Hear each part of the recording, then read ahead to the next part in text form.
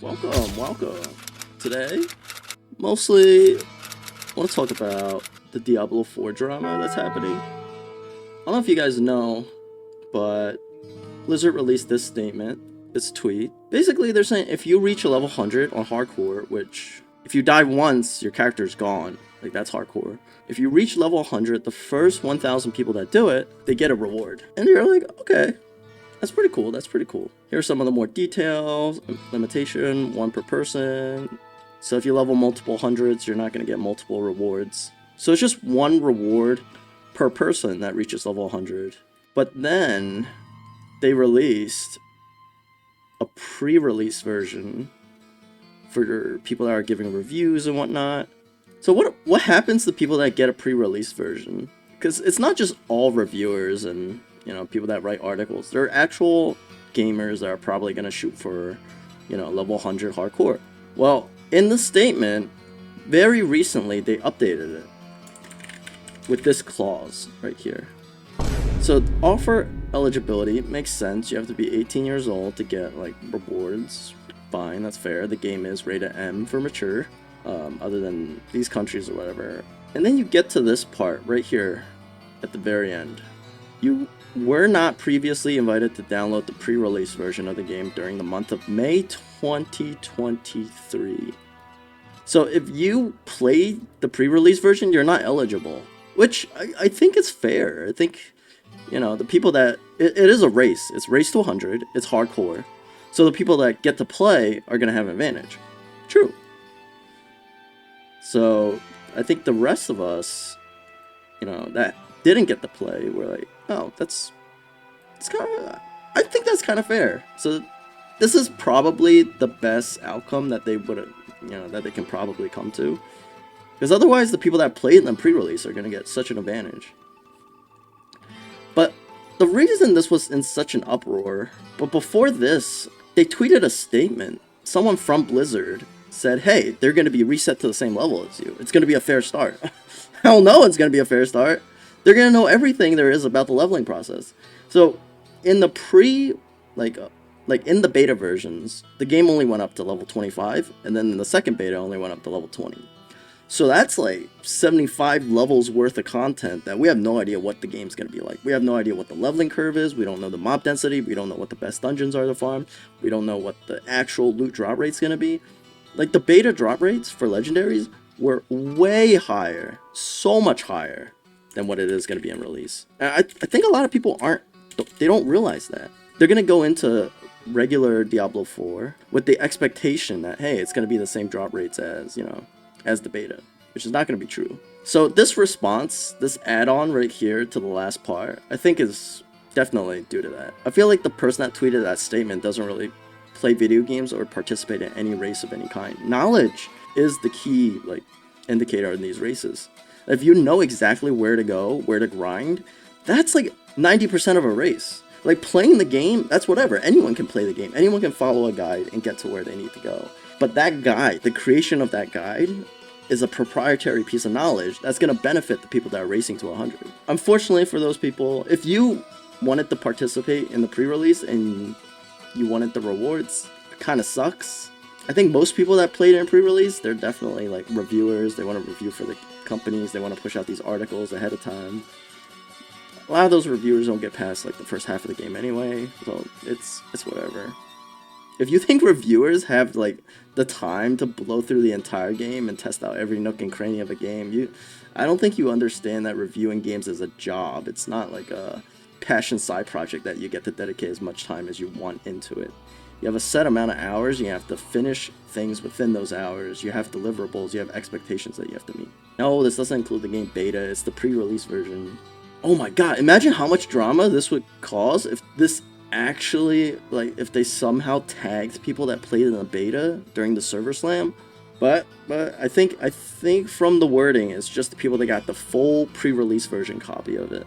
Which, again, I think this is the best outcome that could happen. You can't please everybody. For the 5 people that played in beta, that ended up not being able to participate in the race, I feel bad for you, but this is just backlash that you're not going to be able to avoid. Second thing on the docket I want to talk about FaZe Clan signed Grace Van Dien. If you don't know who she is, she's an actress for Chrissy for Stranger Things season 4. So the timeline, from my understanding, is she filmed season 4 of Stranger Things. Then before Stranger Things season 4 came out, she started streaming, and then season 4 came out, and then I think almost 2 years down the line, FaZe Clan signed her up. And there's been backlash on Twitter about this. Some of the original members of FaZe Clan, like FaZe Rain, came out and said, hey, what is this? This is a disgrace to the organization or whatever. She doesn't even know what a trick shot is. Like, stuff like that. Very cringy. And people didn't like that, especially because, I don't know, because FaZe kind of scammed kids out of money with the whole NFT crypto shit that you were doing. I'm pretty sure this is, but it's a lot of controversy. I think originally he talked about how there's a tweet from FaZe Clan that said we want more women in FaZe Clan. This butthurt guy, one of the original founders, who, by the way, sold the company, not even on the board. I think he's just like a member. Like, I don't even think he has any role in the future of FaZe Clan. And this guy goes and like just spoils the whole thing and say, hey, it's Grace, and she was on one episode of Stranger Things. She's not a real gamer, all that, and it's pretty fucked up. And posts it on his Instagram. It's not offense. It's the entire political move to sponsor having women, not because it's the right thing to do. Her name is never being in the conversation. It's like, yeah, he did sell his shares, right? Like, he's no longer part of the board. He's not part of anything. He's just like a guy now in the company. And FaZe doesn't have the best reputation, but like, if you're gonna speak out, I don't think he ever said anything about Snoop Dogg, about wasting millions of dollars on Snoop Dogg, who has pulled 0 returns, who has pulled nothing. When I saw this, I didn't expect freaking the Mogul Mail guy, aka like, I'm just gonna call him the Mogul Mail guy. He covered it like right away, and it was pretty comprehensive. Today we're going to talk about 2 decisions that people online are calling a big mistake. The first of which, this mustache. Let me know what you think in the comments. Don't be too mean. I am sensitive. The second one is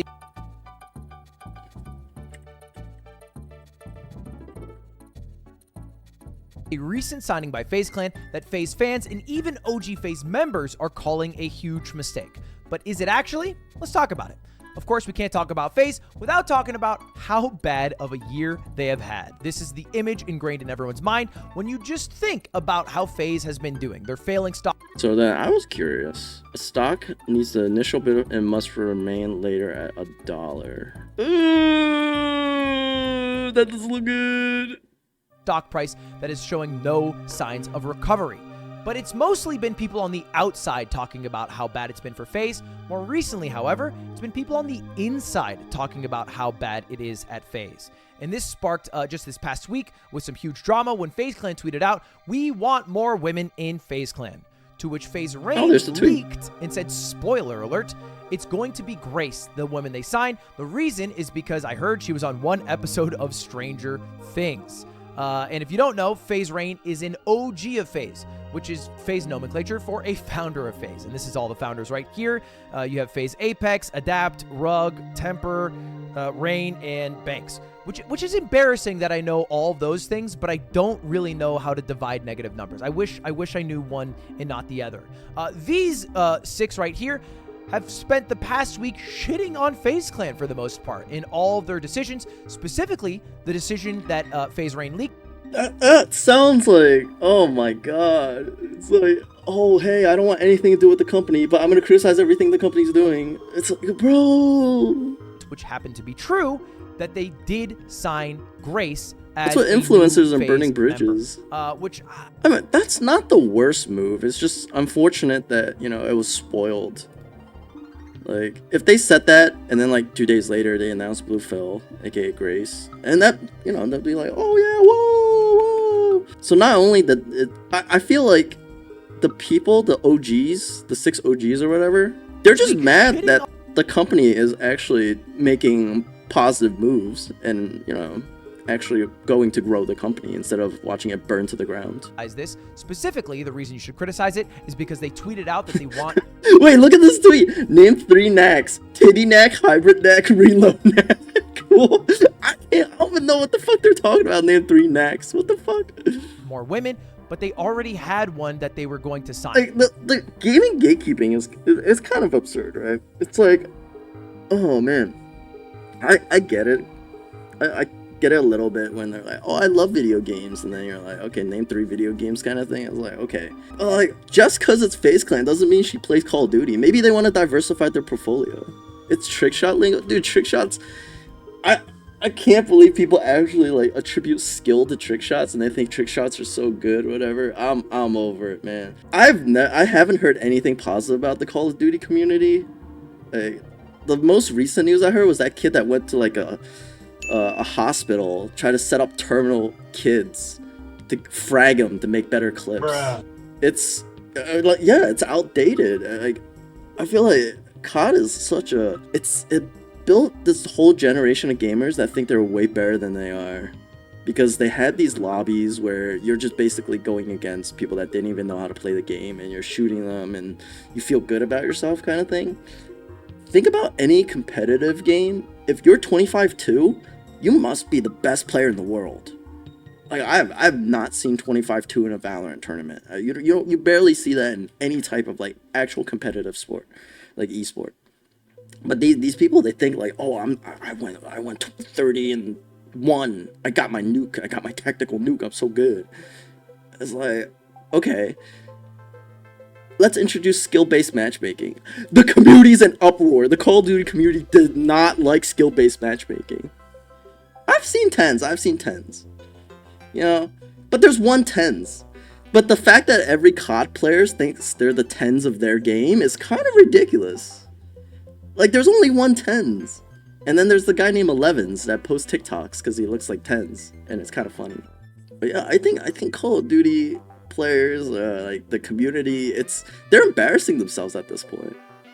And if anything, this drama just goes to show the OG working community, on this deal with Grace while the like OG posturing people, that, hey, we want more women. not it. So a lot of people got their hopes up and were recommending people, but it was all for show, which I think is a little bit cringe. Probably not worth farming the. I think it's like a tactical PR move. You could call it cringe, but that's how, you know, if they were able to get this announcement a lot out later, you know, and look, hiring Grace isn't the end of hiring women streamers, right? Like, they're gonna hire more.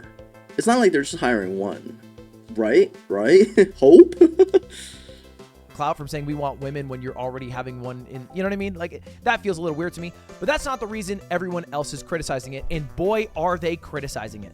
You can see right here the tweet announcing Grace has 10k likes, but almost 18 million views, and everybody's trying to chump check her, like, do a temper shot, name like one trick shot, and all this shit, and basically taking out all their anger on Grace, which I think isn't really fair at all, but we'll get to that in a little bit. And FaZe, in response to a lot of people criticizing this announcement, decided to tweet out all the positive replies to the announcement. People like Pokey saying congrats, or Ray, or certain FaZe members like Nate Hill, or Welcome, congrats. Or Swagger replays. Hey, Toast. And ignored a lot of the more aggressive tweets, to which the FaZe OGs, the founders, were not so kind to. Really disappointed. And some people I call friends, hating on the new FaZe recruit, especially girls in the game. Y'all, you all hate on each other the most, and it's sad. And then someone replied, you're never an OG FaZe member, so what you say is biased and irrelevant. I think these people, this whole drama, like, these people are just hanging on to a relic of the past. It's kind of like being proud that you survived Xbox Live in a day. It's in the past. Like, you shouldn't be proud that you were on Xbox Live yelling the M-word. It's a different price. I think the best part about the drama is like the clapback. I live for the clapbacks. You know, live stream fails. You got Asmongold talking about the situation. So FaZe Rain reached out and was just dunking on her. You know, talking about, hey, you're nobody. You're the only reason you got signed is your own Stranger Things. Well, then she clapped back at him, and then here's Asmongold covering that. So I am proud of you for getting better, but don't come after me for not knowing what a trick shot is, man. Like, we're not on the same plane. Okay. Yeah, I mean, again, so this is my perspective on this. Okay. I believe in self-defense. And if he wants to call her mid, and then she makes fun of him for almost overdosing on his stream, I think that's totally fine. He shouldn't have said that and made it personal. It's a wild take. It's definitely a little wilder. ODing is a much more serious thing than being called mid, but you know what? Yeah, I think a lot of people are saying, hey, why are you picking FaZe Clan out of all orgs? They spend so much. Oh my god. 25,000 on Smash, 200,000 on Valorant per month, 40,000 on Apex Legends. Like, it's like he's just leaking like their inner dealings, and it's so much money for what? And how much money did he make back? Oh, it's crazy. So there are people in FaZe that are upset that they lost the power or something, like the OGs they call themselves. Mm-hmm. Yeah. But how did they lose that power? They sold it. I don't know if they lost their power more so than the company just has other people involved and they're making decisions that they don't like or agree with. I think? Unless anyone knows more. That was just the impression I got. All I know is that's funny. It's fucking funny. Not gonna lie, it's kind of entertaining. Oh yeah, It we're is. very diluted in equity. Now that there are they're shareholders now. But Not, oh yeah, and they had an IPO, right? So I'm guessing. oh yeah. Yeah. But If her if face they, stock is worth 1 cent. if they didn't want to lose their power, then why did Maybe they they shouldn't have sold their them. ownership? That's a good question for them. You should ask them, Toast. That sounds like a banger tweet to me. That's fun. I heard Grace got signed by FaZe, and by I heard, I don't mean like recently. She told me like 6 months ago. I've known for a while. It's very sad to see like the kind of hate she's receiving from FaZe, but I can go on a whole rant about that. With the FaZe quote-unquote OGs and stuff, like I get that it definitely sucks to see something you care about, like your org, become something. Look, if they've really cared about the org, like Toast said, they shouldn't have sold it. I don't know what else. I don't know what else to say. It's kind of cringe overall, but it's just so interesting. It's just so interesting to watch something go up in flames. I mean, that's why people like watch my Lost Ark video, right? They just want to see the dumpster fire. They want to see the thing die from an outside perspective. This is a Kotaku article that catches everything up. If you haven't been aware, over the weekend, I think it was the course of last week, where LCS players are striking. They're not playing for the LCS. They decided not to play. And anyone that joins in to take over their spots, they're known as scabs, you know, people that play in lieu of a walkout. So Riot threatened to cancel the whole damn thing, which fucking is crazy. This news came out of left field for me. I wasn't really aware. I didn't really catch with everything. I'm not aware of everything that's going on, but it was big enough news that it popped up on my TikTok and I looked into it. So this whole thing began when Riot decided to cut off not the professional level, but on lower levels. So these are like the academy leagues, which is like the minor league, and then the amateur provisional teams. We all know esports is bleeding out. Like it's dying. It's on the stretcher. It's getting pulled out by venture capitalists or people who are angel investors, like the Moist Moguls team. And now Disguised Toast is buying teams. So it's more of a passion project right now than an actual functioning business, which, it's fair. A lot of money has dried up in esports and it's slowly dying. Cutting costs. Players do have some recourse. So the LCS walkout happened. And a walkout means there are no players playing in the LCS right now. Even before that, like CLG sold its slot, TSM sold its slot. The LCS costs a lot of money to be a part of, and I think a lot of teams no longer want to be in that scene. Like going into esports right now is just saying, hey, I want to throw and burn money as fast as possible. At first, Riot Games responds by delaying the season a little, But even before that, like Riot made a change that allowed any single person to play. They don't have to be Diamond 2, I think, or above. So that was the previous requirement put into place, and Riot kind of relaxed that requirement. That way teams can field staff members to play if needed. You know, part of me thinks it'll be so entertaining to watch an Iron versus Iron match on the big screen. Watch people have no idea what they're doing and the commentators go wild over the most minor things. That would be hilarious for like one day. But, you know, the whole entire thing is just, now we're caught up to date. They threaten to cancel the entire esports season if the players can't reach some sort of a deal or agreement. And I really don't know what is the best outcome here. It really has to leave it up to them. I think the main issue is this decision came out of left field. There was no discussion. No one talked about it. They just came out and straight up just axed the academy and divisional teams.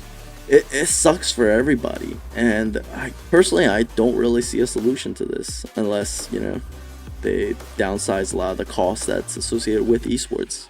That's all. I mean, these were really interesting, and I thought I'd share and catch some people up to date. You're busy. If you watch my content, you're definitely on the older end, according to demographics. So you're probably busy, and you're not caught up with all this drama, but you're interested in it. You know, that's why you watch some of the videos on my channel. You're curious about things, and you know, I'll deliver them to you as I see them. So thanks for tuning in. I'll see you guys next time.